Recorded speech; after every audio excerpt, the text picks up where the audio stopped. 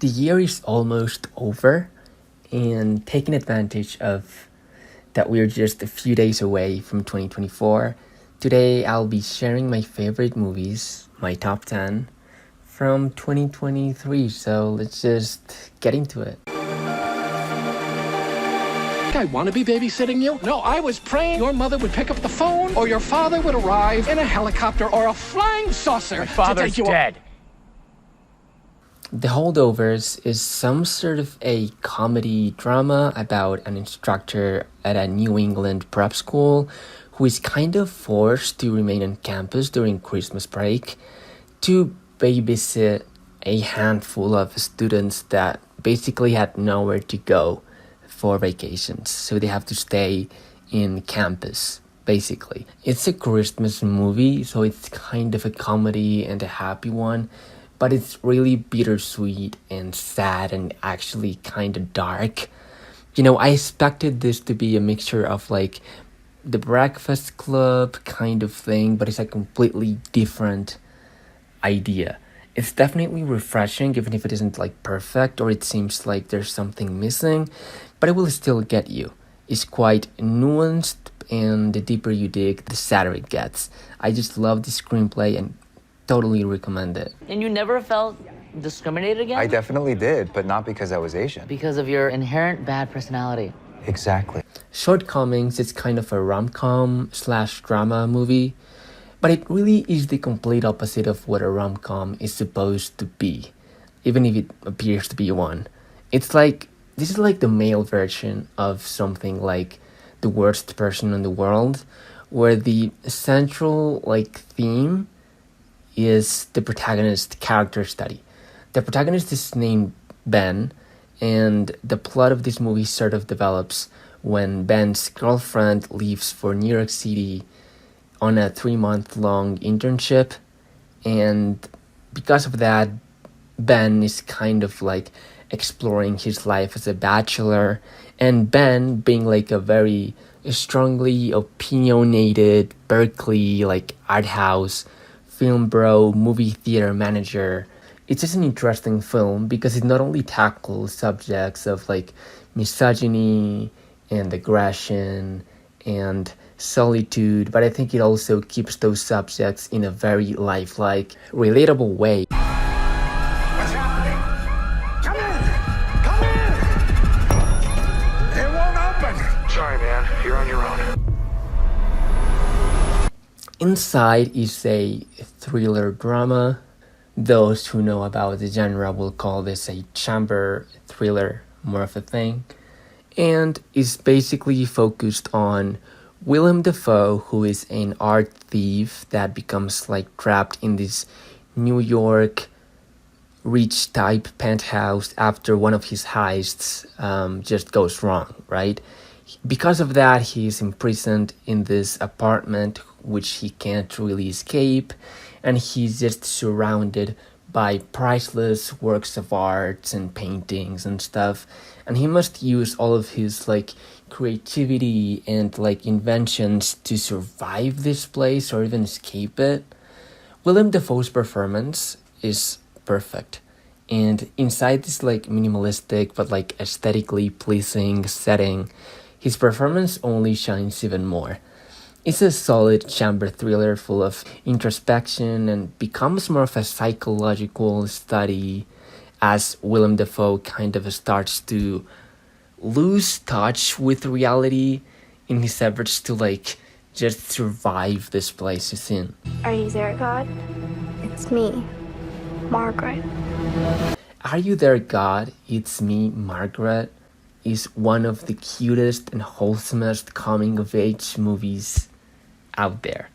Just not enough words to compliment this movie, but man, Kelly Freeman is the only one who can do such a thing. After movies like 8th Grade by Bo Burnham, this is probably one of the best contemporary coming-of-age movies out there, This movie is focused on Margaret, and when her family moves from the city to the suburbs, this 11-year-old kind of has to navigate new friendships, feelings, and the beginning of adolescence and puberty.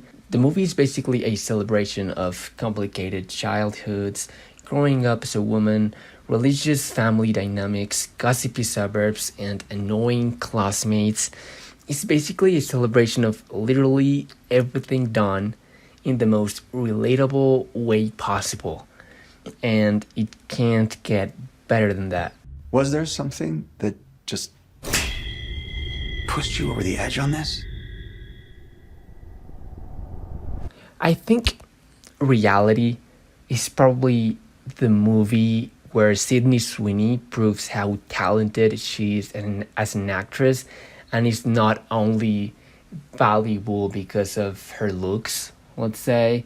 Her performance is just electric and lifelike and real.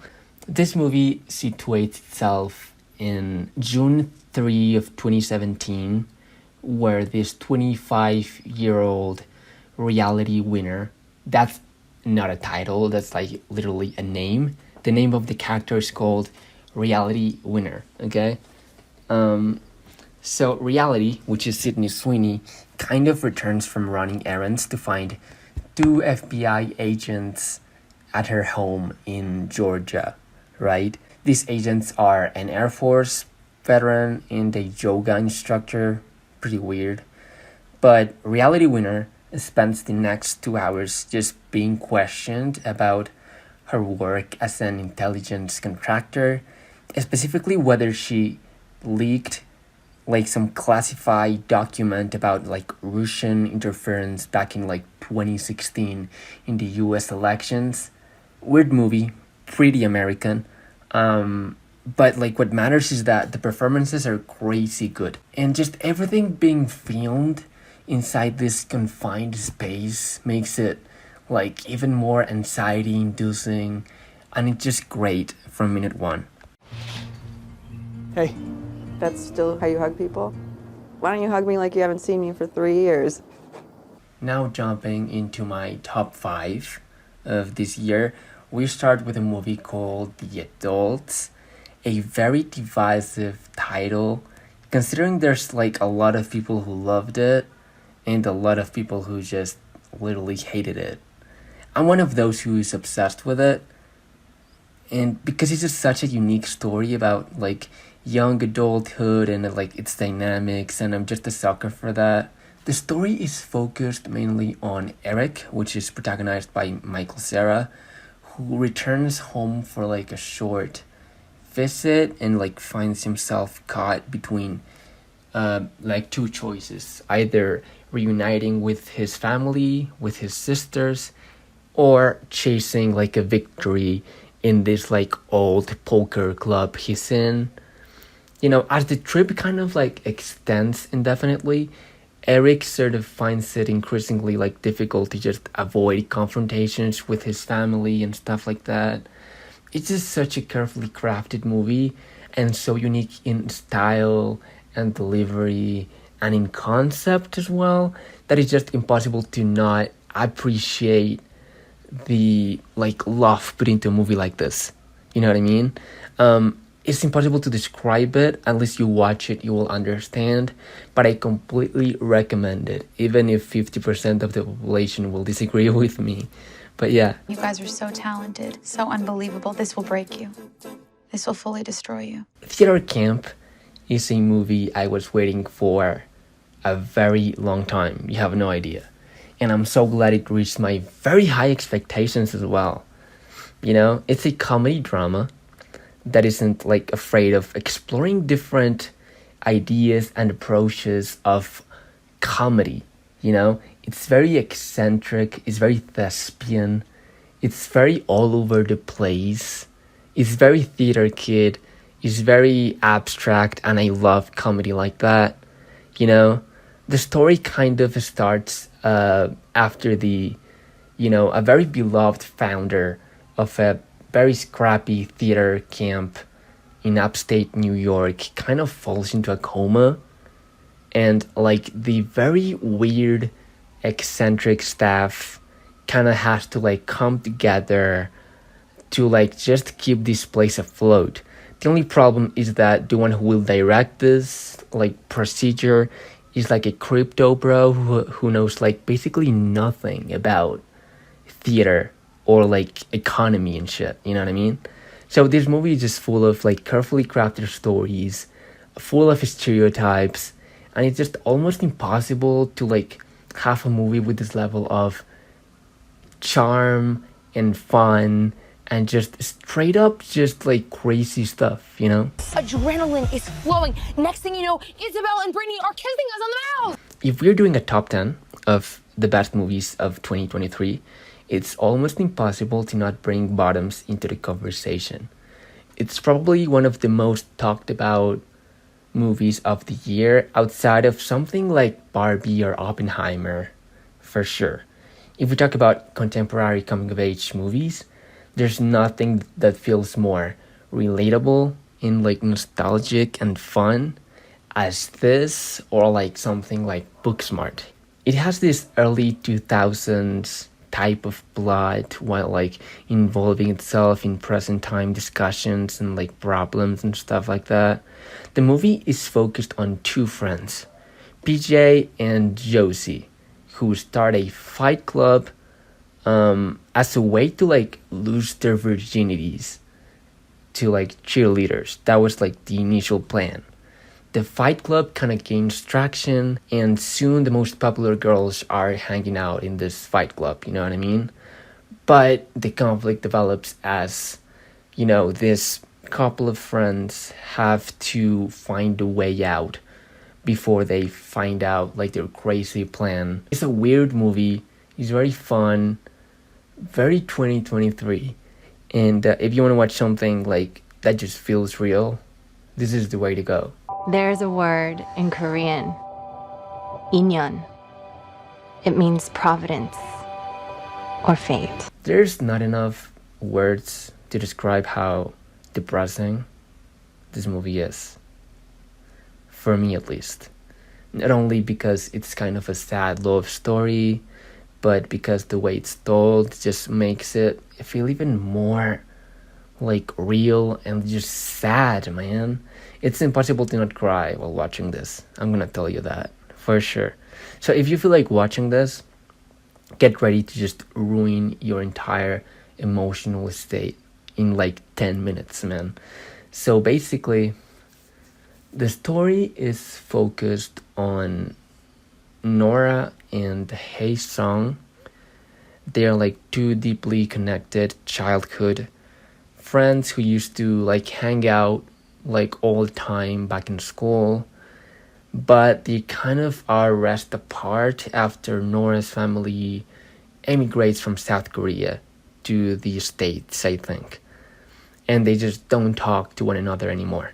But 20 years later, they like reunite for one fateful week as they kind of just talk about love and destiny and stuff like that. The conversations are full of like silences and awkwardness and uncomfortable moments that it just feels real, you know what I mean? Like a conversation feels real and it doesn't feel written or like pre-planned, and that's always important in my eyes.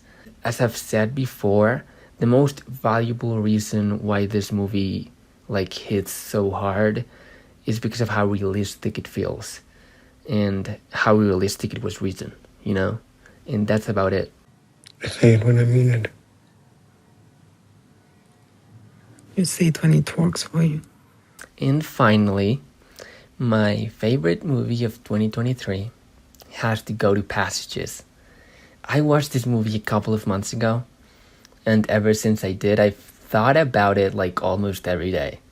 The movie is set in contemporary Paris, right, France, where this German filmmaker called Thomas sort of embraces his sexuality through like a very weird love affair with a young woman named Agatha, while he's also married with like his husband Martin.